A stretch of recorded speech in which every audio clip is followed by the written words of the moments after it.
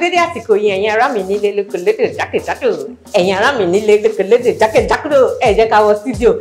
Alase ni mí ìrẹ́ ń kọ́ bẹ́ẹ̀ ni o oúnjẹ aládùn oúnjẹ tó ń ṣara láǹfààní tó ń ṣara lóore tó jojú gbèsè tó jẹnu pàápàá ní gbèsè la máa ń dish out nínú kitchen tèmi bíbáyìí kí ni mo wá mú wá fún yín lénìí ẹ ti máa rí ẹ ti máa gbọ́ ẹ ti máa sè é pàápàá that I'm very sure òun ni ẹ̀wà àti dòdò ìyẹn plantain and beans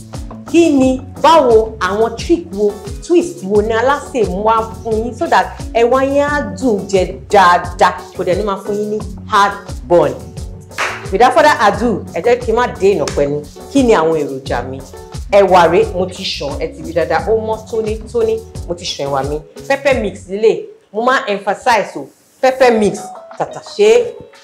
rodo àti tomati òun ló wà níbí báyìí anytime you buy your pepper mix ní ọjà ẹ kàn má lọ kẹ́ wá máa fi ṣe oúnjẹ yín directly there no you need to cook it you need to boil it to some level so mo ti kọ́ yín please run through my channel and by the way please hit subscribe please join the family now so run through my channel ẹ máa rí mo ṣe kọ́ yín ní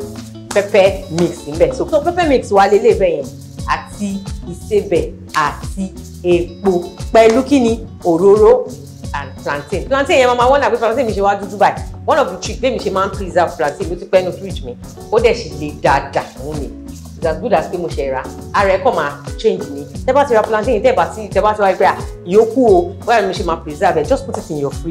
fridge ẹ rọra gbé síbi kan tó máa kú ní ẹ̀gbẹ́ fridge ní ó tán bẹ́ẹ̀ mi ṣe máa ń preserve plantain and it has been working for me from only God knows the year so bí mo ṣe máa ń preserve so but nǹkan tó kàn máa change lára ẹ̀ ni pé ara ẹ̀ máa dúdú báyìí tẹ́ bá ṣínú ẹ̀ ó fine bàjẹ́ without further ado bí mo ṣe sọ mo ti ṣan ẹ̀wà mi mo dẹ̀ ti gbé omi kaná some of you will be wondering Alase pẹ̀lú àlùbọ́sà ẹ̀wọ̀nú ẹ̀ àlùbọ́sà ti rẹ̀rọ dáadáa for a secret to a very sweet and delicious beans is ẹ kọ́kọ́ rẹ àlùbọ́sà sínú omi kẹjẹ kó ó dáadáa with that àlùbọ́sà yẹn ti ṣòro dáadáa sí inú omi yẹn and even the same already ó máa jáde so ó ti hó tẹ́ bá ti rí báyìí ojú ẹ̀ tí ó ti bubbles òun rè ó ti hó the next thing tí máa ṣe ni màá wá da ẹ̀wà mi ta ti ṣàn tó ti mọ́ tónítóní ẹ jọ̀ọ́ ẹ pick ẹ̀wà yín dáadáa tó láti lè avoid what's it called òkúta so òun lélẹ̀ ẹ̀wà mi rè. Hey, sorry.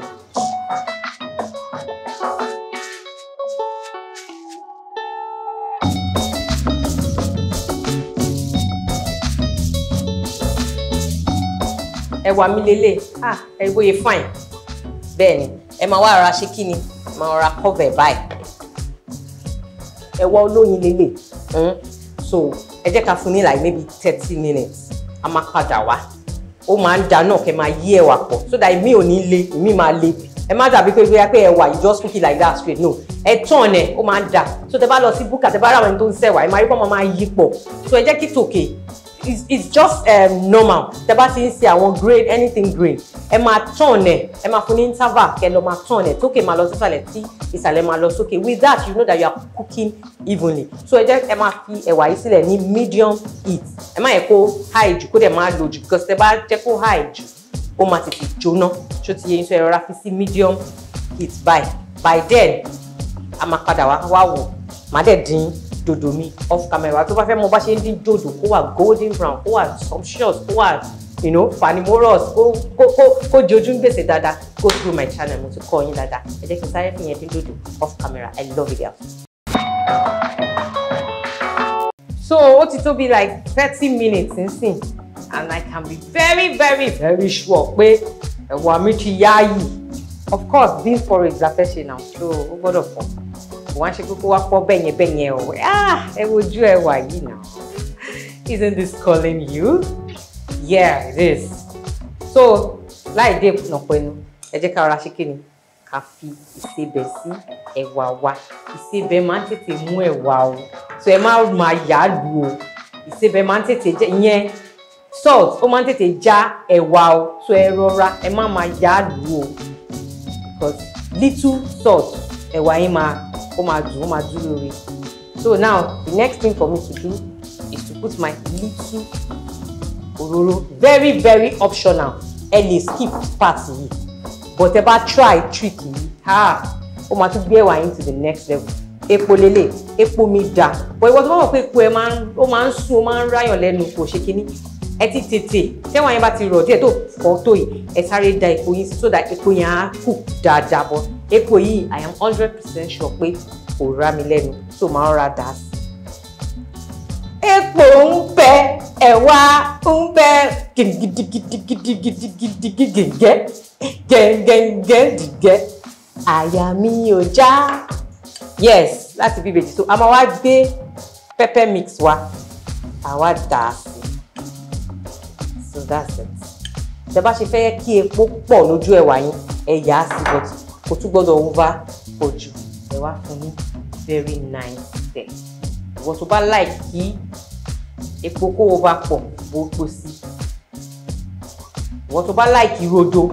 ẹ máa rí rodo lórí ẹ̀wà yín ẹ grate rodo ẹ dà á sí báyìí. Ìwọ tó bá like sugar sometimes I put sugar in my beans sometimes so especially the way pé ẹ̀wà olóòtú drum ni mo rà tí òun ṣe olóyin mo máa add sugar sí ìwọ̀ntúnwọ̀nsì ní gbogbo nǹkan meanwhile mi kì í jẹ nǹkan tó kì í gbà kò máa blanch ṣá so that's it ẹ stir dáadáa torí ẹ̀wà bàjẹ́ ó máa ń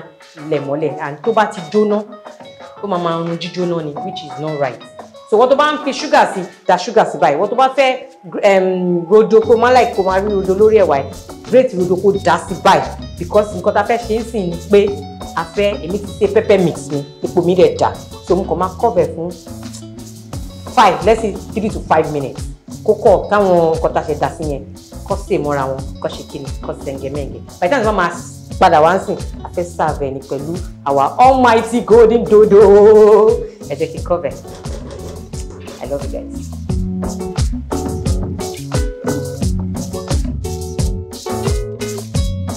Ó ti tó bí ìjẹ́jú 5 sí that's 5 minutes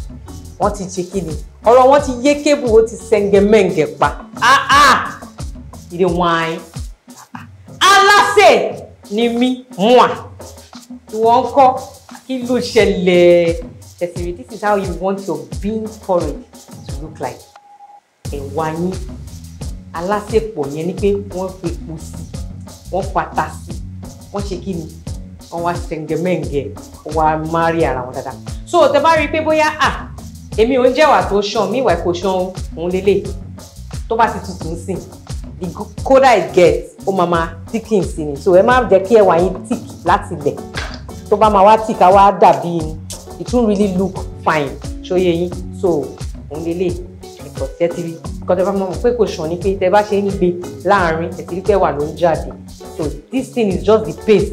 like the soup àwọn ata and all that ni so but ó ti cook well meanwhile last batch dodo mi ni mo ń dín lọ́wọ́ ẹ̀ mo ti dín dodo mi ẹ̀ rí pé ó jojú ń gbèsè dáadáa so it's beautiful now ẹ jẹ́ ká ṣáàbù ẹ̀ mo ti paná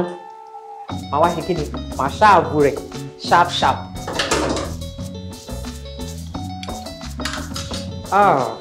Isn't this beautiful? Oh Lord. Àwọn bean lover mi dà bíi tèmi. I love beans. I love it. By the way, why haven't you subscribed? Dẹ̀ jọ̀ọ́. Má bínú. Mi bínú o. Please subscribe. Please subscribe to my channel. Oh, this is lovely. So, let me cover it this way. Oh, ẹ̀wà yìí ó dùn. So, ẹ lè ṣe báyìí. Tẹ́ bá mọ̀ pé ẹ fẹ́ serve èèyàn just jẹ́ kó sùn léra wọn. Dòdò ìgbóná, ẹ mọ̀ pé mo ṣe ń dín lọ́wọ́. Okay. So, ẹni mo like akọ o. They like kéèyàn serve me kí n jàbí serve me like a human being. Ìwọ tó bá like ẹran ọ̀rá fẹ́ràn ẹ̀ sí kúkú ẹ̀ bọ̀ bí mi ṣe like kí n máa jẹ plantain and beans ni mi like kí n máa da àwọn rudiment ẹ̀wà àwọn ẹran ẹja ṣe bá fẹ́ jẹ ẹja pẹ̀lú ẹ̀ abẹ́ran ẹran gbé sẹ́gbẹ̀ẹ́. You know that I think this is beautiful like this. Ẹ jẹ́ ká wá taste yẹ gbogbo náà. Ọmọ lọ́mọ yẹn o mo fẹ́ máa rí yẹn o. ìwọ tó bá mọ bọ́ yẹn ń dín dòdò tó kó fine by please go through my channel.